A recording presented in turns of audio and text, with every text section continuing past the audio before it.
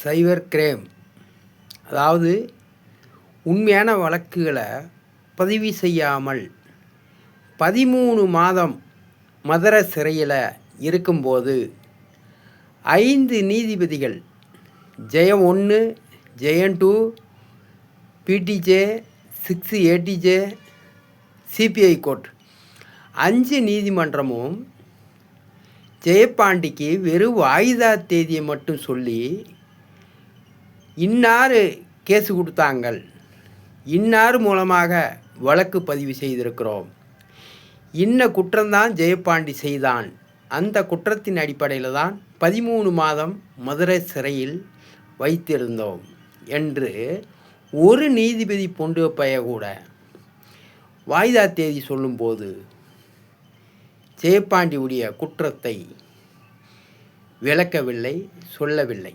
ஒரு அரசு வழக்கறிஞர் கூட ஜெயபாண்டி நீ மதுரை கலெக்டரை அறநிர்வாணமாக ஆபாச வீடியோவாக போட்டையா அப்படின்னு கூட கேள்வி எழுப்பவில்லை. என்னுடைய வீடியோவை லாக் பண்ண சொன்ன நீதிபதி யார்? என்னையை கைது பண்ண சொன்ன ரிப்போர்ட்டு கொடுத்த பாதிக்கப்பட்டவர்கள் யார்? மதுரை கலெக்டரா அல்லது அரசியல்வாதியா அல்லது அரசு ஊழியர்களா? அந்த ஜெயபாண்டியுடைய யூடியூப்பு அதில் நான் மதுரை கலெக்டரை அறநிர்வாணமாக ஆபாச வீடியோ போடும்போது, கைது பண்ணும்போது, அதற்கு முன்னாடி நான் செய்த தவறுகள் அனைத்து தவறுகளும் அரசுக்கு தெரியப்படுத்தி தான் செய்திருக்கிறேன். இப்போ இதை கூட தெரியப்படுத்தி தான் இத்தனை வழக்கறிஞர் இருக்காங்க. எவனாவது ஒரு வழக்கறிஞர் ஜெயபாண்டி சட்டத்தை தவறுதலாக பயன்படுத்துகிறான் என்று சொல்லுங்க பார்ப்போம். உலக வரலாற்றில் ஜெயபாண்டி சயின்டிஸ்ட்டு ஒரு படிக்கிற பிள்ளைகளுக்கு சம்பளம் கொடுக்க போகிறேன் என்று சொல்கிறேன், அதற்கு பத்திரம் எழுதுகிறேன், அந்த பத்திரத்தை கொண்டு போய் கொடுக்குறேன், அந்த பத்திரத்தின் ஆதாரத்தின் அடிப்படையில் உத்தரவிடுங்கள் மதுரை நீதிபதி 6 ஏடிஜே, நான் ஒரு திருடன் இல்லை, ஒரு வழிப்பறி பண்ணலை, அதை நிரூபிப்பதற்காக எனக்கு 2000 ஒருவர் NSM Shahul Hameed IT manager எனக்கு உதவி செய்திருந்தார். அவர் ஞாபகார்த்தமாக பள்ளியில் படிப்பதற்கு சம்பளம் கொடுக்குறேன், 10, 11, 12 படித்தவங்களுக்கு வேலை வாய்ப்பும் கொடுக்குறேன் 75 நாட்களுக்குள் அப்படி என்று சொல்லி 8, 12 வாய்தாவில் என்னுடைய கோரிக்கை 8, 12 வாய்தாவில் வாங்கி என்னுடைய கோரிக்கை பத்திரத்தை என்னைய உத்தரவிடுங்கள், 8, 12 வாய்தாவுக்குள் அதிலிருந்து 75 நாட்களுக்குள் ஜெயபாண்டி சயின்டிஸ்ட்டு மதுரை மாவட்டம் முழுவதும் படிக்கிற பிள்ளைகளுக்கு சம்பளம் கொடுக்க வேண்டும் என்று, வேலை வாய்ப்பும் கொடுக்க வேண்டும் என்று உத்தரவிடுங்கள்.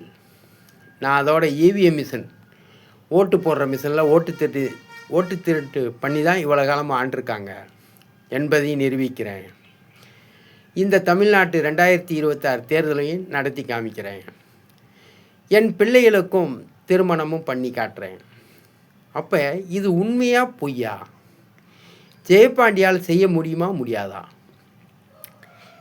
ஒரு சிலர் கூட கேட்டார்கள், ஜெயபாண்டி ஒரு கையெழுத்து நீ ஒரு நாள் முழுதும் போடணும்னா எத்தனை கையெழுத்து தான் போட்டுருவ? இப்படி ஆராய்ச்சி பண்ணுறானுங்க.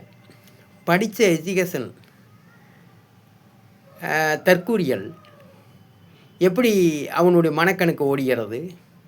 இந்த நீதிபதின்றவன் வாய்தா தேதியும் சொல்லாமல் என்னுடைய கோரிக்கை பத்திரத்தையும் வாங்காமல் ஓட்டம் எடுத்து நீதிமன்றத்து இருக்கையை விட்டு அறைக்குள் ஓடுகிறார். நான் கூப்பிடுகிறேன், ஐயா நீதிபதி ஐயா வாங்க, எனக்கு வாய்தா தேதி சொல்லாமல் போகிறீங்க, எல்லோருக்கும் வாய்தா தேதி சொல்லிவிட்டு எனக்கு மட்டும் சொல்லாமல் போகிறீங்களே அப்படின்னும் போது அப்படியே போயிட்டார். திருப்பி பார்த்தா தவாலியும் அரசு வழக்கறிஞரும், நீங்கள் போய் நெட்டில் போய் பார்த்துக்குங்க, கோர்ட்டை விட்டு வெளியே போங்க, நீங்கள் ஜெயபாண்டி. இன்னிலாம் நீதிபதி வரமாட்டார், உனக்கு தேதிலாம் சொல்ல மாட்டார், வாய்தா தேதிலாம் நீ நெட்டில் போய் பார்த்துக்க என்று சொல்லுகிறார்கள். நான் சொன்னேன், நான் பத்திரத்தோடு வந்திருக்கிறேன், பத்திரிக்கை ரிப்போர்ட்டெல்லாம் கூப்பிட்டு வச்சு என்னை உத்தரவிடணும்னு சொல்லி யூடியூப்லலாம் பதிவு பண்ணிட்டு வந்திருக்கிறேன். எல்லாருடைய பேரையும் வாசிச்சுட்டு என் பேரை மட்டும் வாய்தா தேதி சொல்லாமல் இவர் ஓடுனதுக்கான காரணம் என்ன? அதனால் மதுரை 6 ADJ நீதிபதி வந்து எனக்கு வாய்தா தேதி சொல்ல சொல்லுங்கள். இல்லையா எழுத்துப்பூர்வமாக ஜெயபாண்டிக்கு ஏன் வாய்தா தேதி சொல்லவில்லை, இந்த தேதி வாய்தான்னு சொல்லி எழுத்துப்பூர்வமாக எழுதி கொடுங்கள். நான் 6 ADJ நீதிமன்றத்தை விட்டு வெளியே போகிறேன். கோர்ட்டை அவமதிக்காமல் போன நீதிபதி எனக்கு வாய்தா சொல்லாமல் போவது தவறா ரைட்டா? ஆகையால் நான் 6 ADJ நீதிமன்றத்தை விட்டு நான் வெளியே போக மாட்டேன். நீதிபதி வந்து எனக்கு வாய்தா தேதி சொன்னால் மட்டும்தான் நான் வீட்டுக்கு போவேன். அன்ன வரைக்கும் நான் வந்து 6 ADJ நீதிமன்றத்துக்குள்ளே தான் இருப்பேன், என்னை யாரும் கையப்பிடிச்சு இழுக்கக்கூடாது என்று தவாலியவும் அந்த அரசு வழக்கறிஞரவும் சொல்லிட்டேன். அப்படி பேசிக்கிருக்கும்போது அந்த 6 ADJ நீதிமன்றத்துக்குள்ளே கேமரா முன்னாடி பேசிக்கிட்டு இருக்கேன், அந்த எதிர்த்தாப்பில் அந்த கேமராவை பார்த்து. அதுக்கு பிறகு 6 ADJ நீதிபதி வந்தார். வந்து இந்த மாதிரி குண்டு வச்சுட்டாங்க அப்படின்னு சொன்னாங்க, அதனால தான் நான் போனேன் அப்படின்னு சொன்னார். வெடி குண்டு வச்சுருந்தாங்கன்னா உனக்கு உண்மையில் பயம் இருந்திருந்தா எல்லா பொதுமக்களும் எப்பா வெடி குண்டு வச்சுருக்காங்களாம்ப்பா நீதிமன்றத்துக்குள்ளே, எல்லாரும் தப்பிச்சு ஓடுங்க அப்படின்னு சொல்லிட்டுல நீதிபதி அவர்கள் ஓட வேண்டும். அப்போ நீதிபதி எனக்கு என் பேரை மட்டும் சொல்லாமல் அவர் அறைக்குள்ளே போயிடுவாராம். வெடிகுண்டு இருக்குன்னா வெளியே தான் விடுவாங்களே தவிர அறைக்குள்ளே யாராவது போவாங்களா? அப்போ நீதிபதி நிலை வரமாட்டார், ஆன்லைனில் தான் போய் பார்க்கணும்னா. ஒருவன் தேதி சொல்லியிருக்கீங்க, அந்த தேதிப்படி வந்திருக்கேன். அதில் இருக்கிற அரசு வழக்கறிஞர் கேட்குறாரு, உன் மேலே என்ன கேஸு? ஐயா நான் முதல் வந்திருக்கும் போது நீங்கள் கேட்டிருக்கணும், நான் உங்கள்கிட்ட கேட்டு தெரிஞ்சிருப்பேன்.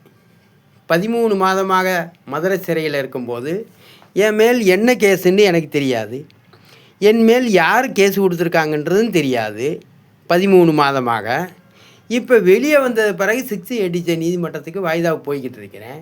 இன்னமும் எனக்கு என்ன கேஸுன்றது எனக்கு சொல்லவும் இல்லை.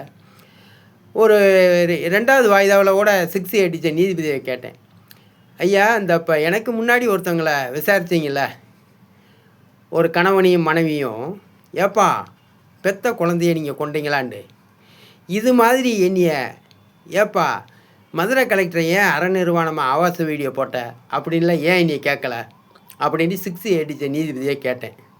அதெல்லாம் இனிமேல் தான் நாங்கள் கேட்போம் அப்படின்னு சொல்லிவிட்டு 8/12 வாய்தா சொன்னார்.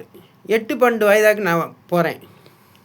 அப்போ அந்த 8/12 வாய்தாவில் என்னுடைய பத்திரத்தை வாங்கி என்னைய மதுரை மாவட்டத்து மாணவ மாணவிகளுக்கு வேலை வாய்ப்பு கொடுக்கணும்னு சொல்லி அனைத்து பத்திரிக்கை முன்னாடி டிவிக்கு முன்னாடியும் என்னைய உத்தரவிட்டு அனுப்பியிருந்தா இப்போ என் வேலையை நான் தொடங்கியிருப்பேன்ல.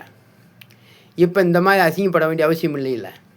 எவனாவது இந்த பாராளுமன்றத்தில், இந்தியா பாராளுமன்றத்தையே செருப்பை கழட்டி அடித்து காலால் மிதித்து EVM மிஷினுக்கு செருப்பு மாலை போட்டு வச்சுருக்கேன். உலகிலே எந்த சாஃப்ட்வேர் உதவி இல்லாமல் இந்த மிஷினை கண்ட்ரோல் செய்ய முடியும். இந்தியா பிரதமர் 100 ஓட்டு நேரடி ஒளிபரப்பில் போடட்டும், ஜெயபாண்டி சயின்டிஸ்ட்டு, அதில் நான் வெற்றி பெற்று காமிக்கிறேன்.